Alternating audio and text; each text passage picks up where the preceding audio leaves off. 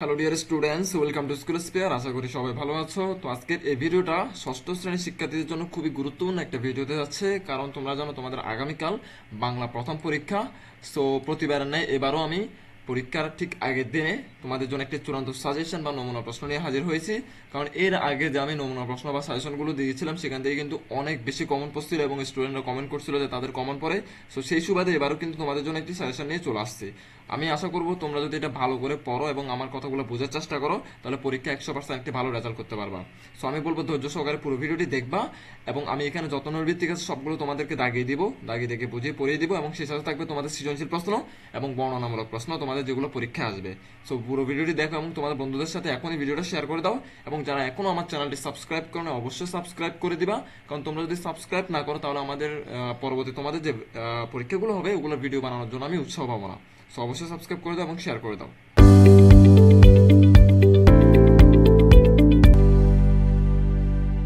তোমাদের পরীক্ষার সময় থাকবে 3 ঘন্টা, এবং তোমাদেরকে প্রথমে বহু নির্বাচনী প্রশ্ন দেওয়া হবে বা নৈর্ভিত্তিক প্রশ্ন। তো তোমরা কি করবা, নৈর্ভিত্তিক প্রশ্ন দেওয়ার পর তোমাদের কিন্তু একটি উত্তরপত্র দেওয়া হবে। তো উত্তরপত্রে তোমরা বল কলম দ্বারা মানে বৃত্ত ভরাট করবা। তোমাদেরকে স্যার ম্যাডামরা কিন্তু দেখিয়ে দিবে, হয়তো অনেকে জানো, বাট তোমরা যেহেতু নতুন, এটা 6-এ নতুন উঠছো এবং এটাই তোমাদের কিন্তু প্রথম পরীক্ষা। তো দ্যাটস আমি এটা বলে দিচ্ছি তোমাদেরকে। একটা বৃত্ত ভরাট দেবে, তোমরা বৃত্তটা পূরণ করবা ভালোভাবে, না বুঝলে স্যার ম্যাডামকে জিজ্ঞেস করবা, ভুল করা যাবে না কিন্তু, ঠিক আছে? জিজ্ঞেস করার পরে ওনারা যখন বলে দিবে এভাবে করো, ওভাবে করে ফেলবা। তারপরে তোমাদের এই প্রশ্নটা দেওয়া হবে, মানে এরকম একটা নৈর্ভিত্তিক প্রশ্ন দেওয়া হবে। নৈর্ভিত্তিক প্রশ্ন মনে করো প্রথমে 1 নাম্বার বলছে কি উনুন শব্দের অর্থ কি। তো এটার উত্তর হবে কত, এটার উত্তর হবে খ। উনুন মানে চুলা, এটা আমরা জানি কিন্তু, তাই না? তো চুলা, তার মানে তুমি একের উত্তর হচ্ছে খ। তার মানে ওখানে এই যে উত্তরপত্র থাকবে, উত্তরপত্র এভাবে এক লেখা থাকবে, একের পাশে লেখা থাকবে ক, খ, গ, ঘ, 4টা লেখা থাকবে। উত্তর কত, তাহলে খ না? তুমি খ নাম্বারটাতে এভাবে বৃত্ত ভরাট করবে, এভাবে খ নাম্বারটাতে কলম দিয়ে এভাবে মানে কালো করে দিবা। কথা কি বুঝতে পারছি আমি? তো আমি তোমরা যেহেতু নতুন, আমি তোমাদেরকে বিষয়টা শিখিয়ে দিচ্ছি জাস্ট। তো তোমরা এইভাবে বৃত্তটা পূরণ করবা। তো এই নৈর্ভিত্তিক প্রশ্ন শেষ হওয়ার পরে তোমাদেরকে সৃজনশীল প্রশ্ন দিবে। তো সৃজনশীল প্রশ্নগুলো আমি তোমাদেরকে পরবর্তীতে দেখিয়ে দিচ্ছি। আগে আমি তোমাদেরকে সাথে নৈর্ভিত্তিক প্রশ্নের উত্তরগুলো শেয়ার করে দিই একটা একটা। তো 1 নাম্বার বললাম যে উনুন শব্দের অর্থ কি, চুলা। 2 নাম্বার, বনফুলের জন্ম কত খ্রিস্টাব্দে? 2 নাম্বার উত্তর হবে খ, 1899 খ্রিস্টাব্দে। 3 নাম্বার, মেনু গল্পে রাক্ষসী কাকে খায়? 3 নাম্বার উত্তর কোনটা হবে তোমরা বলো তো? কয়লাদের খায়, ঠিক আছে? তারপর হচ্ছে যে 4 নাম্বার প্রশ্ন বলা যাচ্ছে দেখা যায় কি, দেখা যাচ্ছে সততা, মানে মিনু গল্পের কথা বলতেছে মেবি। মিনু গল্পে দেখা যায় কি সততা এবং কি হবে 2 নাম্বার কৃতজ্ঞতা। তার মানে উত্তর হচ্ছে 1 এবং 2। 1 এবং 2 যেহেতু উত্তর হবে কোনটা, ক, 1 ও 2। আমি একটু ভালোভাবে বোঝাচ্ছি কারণ তোমরা এখনো নতুন, মাত্র 6-এ উঠছো, তোমরা হয়তো এখনো অনেক কিছু জানো না, প্রশ্নের ধরন জানো না, প্রশ্ন কিভাবে আসবে। সো আমার ভিডিওটা পুরো দেখো এবং প্রশ্নটি বোঝার চেষ্টা করো, এবং তোমার বন্ধুদের সাথে অবশ্যই ভিডিওটি কিন্তু শেয়ার করে দিবা। 5 নাম্বার প্রশ্ন বলছে আল্লাহ কার উপর খুশি হলেন? 5 নাম্বার উত্তর হবে যে ক, অন্ধ লোকটির, ঠিক আছে? 6 নাম্বার প্রশ্ন হচ্ছে তুমি যাহা চাও লও কথাটি কে বলেছেন? 6 নাম্বার উত্তর হবে গ, অন্ধ লোকটি বলেছে। 7 নাম্বার হচ্ছে আল্লাহ পুরস্কৃত করেন, 7-এর উত্তর হবে ক, সৎ লোককে। 8 নাম্বার হচ্ছে ক্যারাভান শব্দটির অর্থ কি? 8 নাম্বার উত্তর হবে ক, উত্তর হচ্ছে কাফেলা। তো উদ্দীপকটি পড়ে 9 এবং 10 নাম্বার প্রশ্ন উত্তর দাও। এগুলোকে বলো উদ্দীপক। হয়তো তোমরা অনেকে জানো আবার অনেকে জানো না, মানে এতটুকু থেকে এতটুকু একটা প্যাসেজ দিবে, এই প্যাসেজকে বলা হয় উদ্দীপক। এটার উপর ভিত্তি করে 2-3টা প্রশ্ন করা হবে। তেমন পড়ে দেখি। ভারতের আগ্রায় সম্রাট শাহজাহান নির্মাণ করেন এক রাজকীয় সমাধি তার স্ত্রী মমতাজ বেগমের স্মৃতির উদ্দেশ্যে। এর নির্মাণ কাজ শুরু হয় 1632 খ্রিস্টাব্দে এবং শেষ হয় 1653 খ্রিস্টাব্দে। প্রায় 20,000 লোক 21 বছরের সত্যি নির্মাণ করেন। কথা বুঝো। এবার 9 নাম্বার প্রশ্ন বলছে উদ্দীপকের তাজমহলের সাথে নীল নদ আর পিরামিডের দেশ রচনার কোনটির সাদৃশ্য রয়েছে? 9 নাম্বার উত্তর হবে গ, পিরামিড, ঠিক আছে না? ওখানে কারণ আমরা জানি যে মিশরে পিরামিড আছে, তো নীল নদ এবং আর পিরামিডের দেশ মানে মিশর আর কি, তাই না? 10 নম্বর প্রশ্ন বলছে উদ্দীপক এবং নীলনদ আর পিরামিডের দেশ রচনায় উঠে এসেছে, মানে এই উদ্দীপকের সাথে এই প্যাসেজের সাথে তোমার এই যে নীলনদ এবং পিরামিডের নামে একটা তোমাদের যে অধ্যায় আছে ওই অধ্যায়ের মিল কি কি রয়েছে, মিলগুলো লিখবা। কথা কি বুঝতে পারতেছি?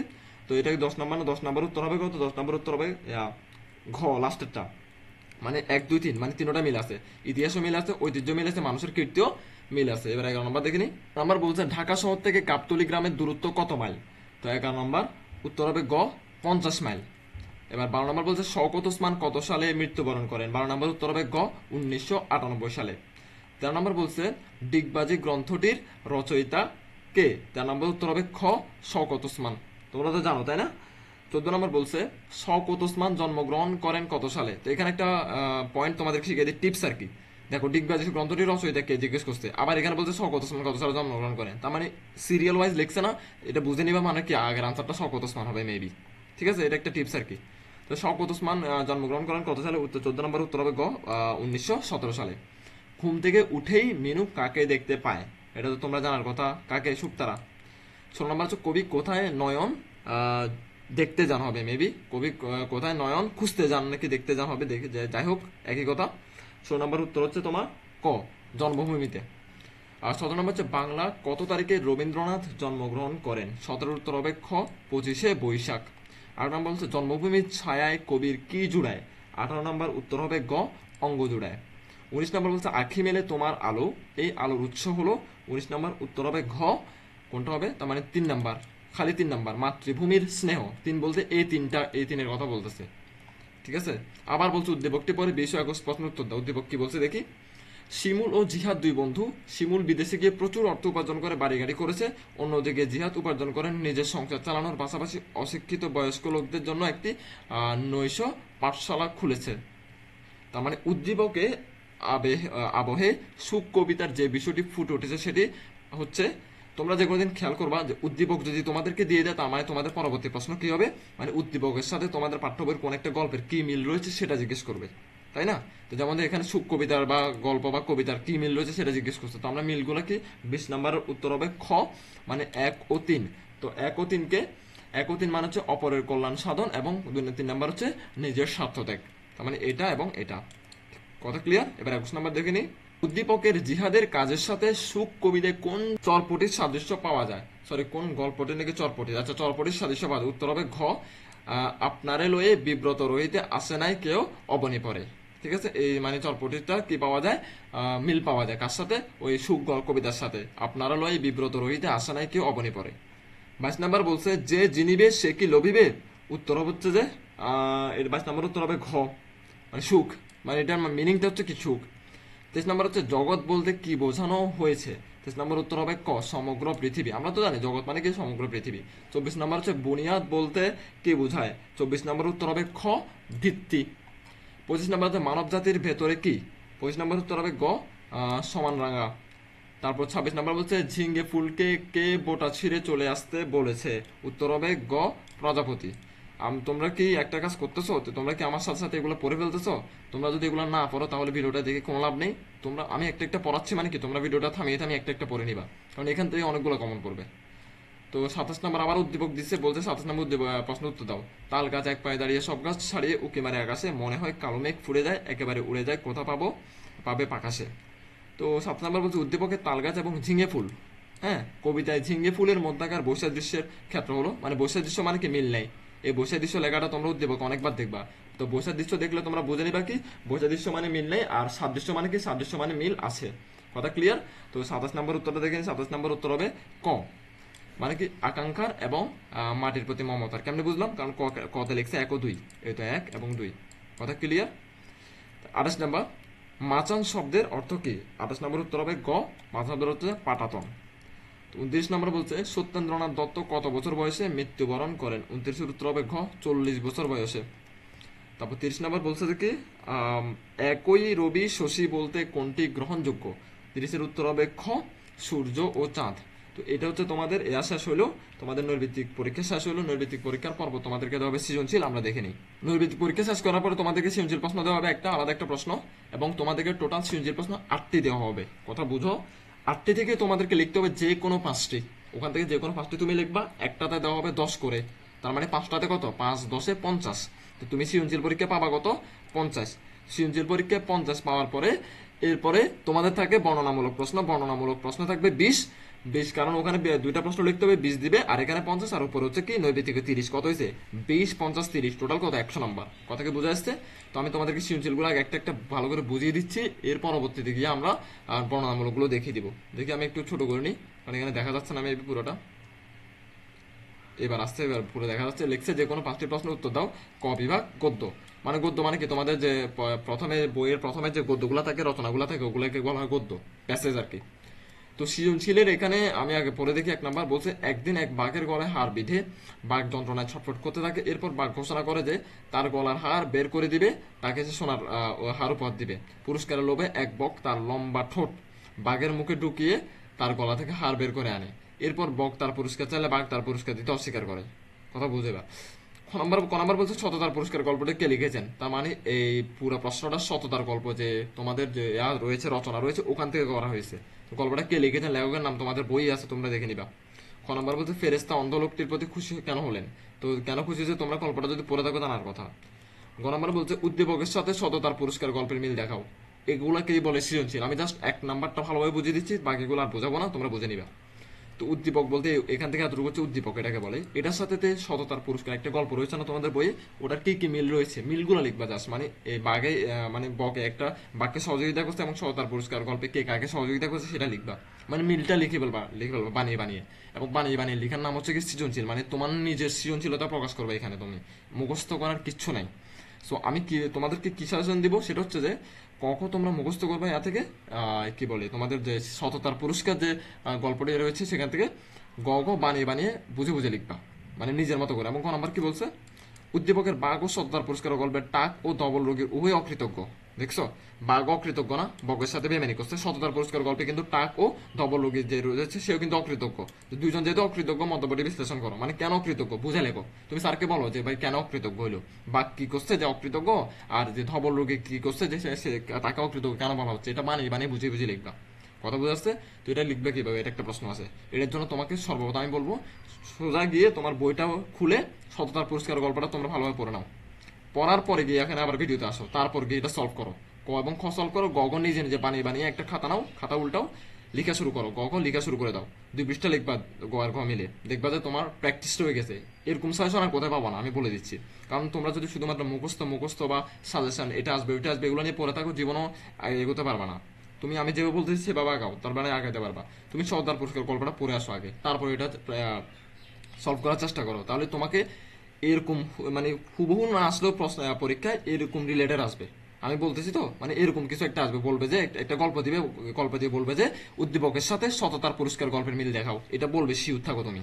তার মানে তুমি গল্পের মিল কিভাবে দেখাবা, এখন যদি প্র্যাকটিস করে নাও, গল্প যেটাই হোক না কেন উত্তর একই হবে। কথা বুঝে যাচ্ছি?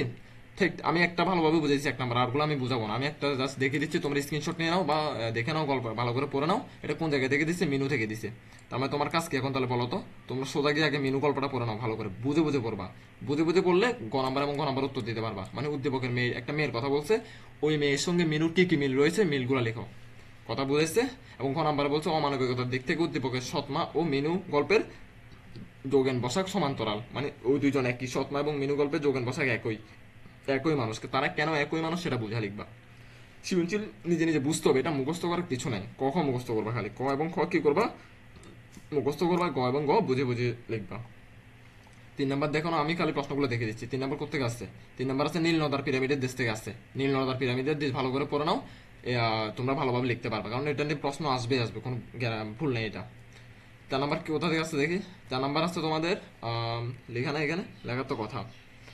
আচ্ছা, তোলপাড় তোমাদের যে একটা গল্প আছে না, ওই তোলপাড় থেকে আসছে 4 নাম্বার। তার মানে তুমি তোলপাড় গল্পটা ভালোভাবে পড়ে আসো, পড়ে আসলে তুমি কখন মুখস্থ ওখান থেকে বের করে ফেলতে পারবা।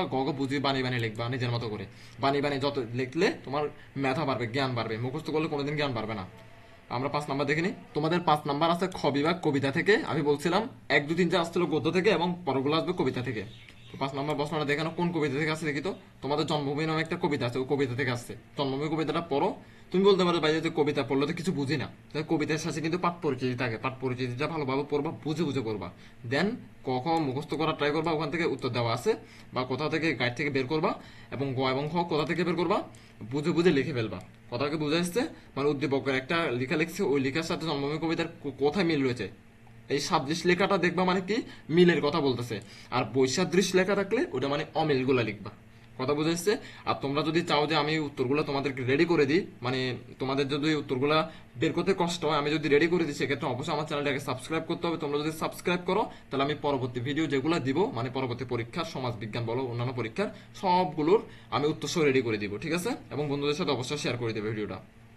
6 নম্বর প্রশ্নটা দেখে নাও। 6 নম্বর প্রশ্ন বলছে উদ্দীপকের সঙ্গে সুখ কবিতার বৈসাদৃশ্য কোথায়। দেখো, বৈসাদৃশ্য মানে কি, অমিল। আর সাদৃশ্য মানে কি? এই সাদৃশ্য মানে হচ্ছে মিল, আর বৈসাদৃশ্য মানে হচ্ছে অমিল। কথা কি বোঝা যাচ্ছে? তার মানে এই কবিতাটা পড়বা, দেন এটা অমিলটা বের করবা তোমরা। 7 নাম্বার কি? 7 নাম্বার বলছে কোন জায়গা থেকে দিচ্ছি আমি দেখি, মানুষ জাতি নামে একটা কবিতা আছে তোমাদের, ওই মানুষ জাতির সাথে উদ্দীপকের কি মিল রয়েছে সেটা বের করবা, ঠিক আছে?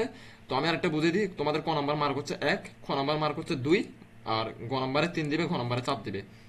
মানে ক নাম্বার ছোট 1 লাইনে লিখবা, খ নাম্বার 3 লাইনে লিখবা, গ নাম্বার 1 পৃষ্ঠা বা 1.5 পৃষ্ঠা লিখবা, আর ঘ নাম্বার 2 পৃষ্ঠা লেখার চেষ্টা করবা। কথা বোঝা যাচ্ছে? 8 নাম্বার দেখি, দেখো 8 নাম্বার। আর এটা কোন জায়গা থেকে দিছি দেখি, ঝিঙ্গেপুর নামে একটা কবিতা আছে তোমাদের, ওই কবিতা থেকে দিছে, ওই কবিতাটা পড়বা, পাঠ পরিচিতি পড়বা, দেন এটা এটার সাথে কি মিল আছে মিলটা বের করবা। তুমি যদি এই 8টা প্রশ্ন সলভ করতে পারো, সমাধান করতে পারো, আমি যেভাবে যেভাবে বলছি, নিজে নিজে সলভ করবা, তোমরা আর কিচ্ছু পড়া লাগবে না, তোমরা 100% পরীক্ষা ভালো রেজাল্ট করবা। কারণ তোমরা যদি সলভ করা শিখে যাও, পরীক্ষার হলে কোনটা আসবে এটা কেউ জানে না, ঠিক আছে? কোনটা আসবে কেউ জানে না, বাট কি কি আসতে পারে এটা জানে। যেমন ধরো এই টাইপসের প্রশ্নগুলো আসবে, এটা আমরা জানি, তাই না? এই জন্য এগুলো দেখিয়ে দিচ্ছি আমরা। সো এগুলো করার চেষ্টা করো।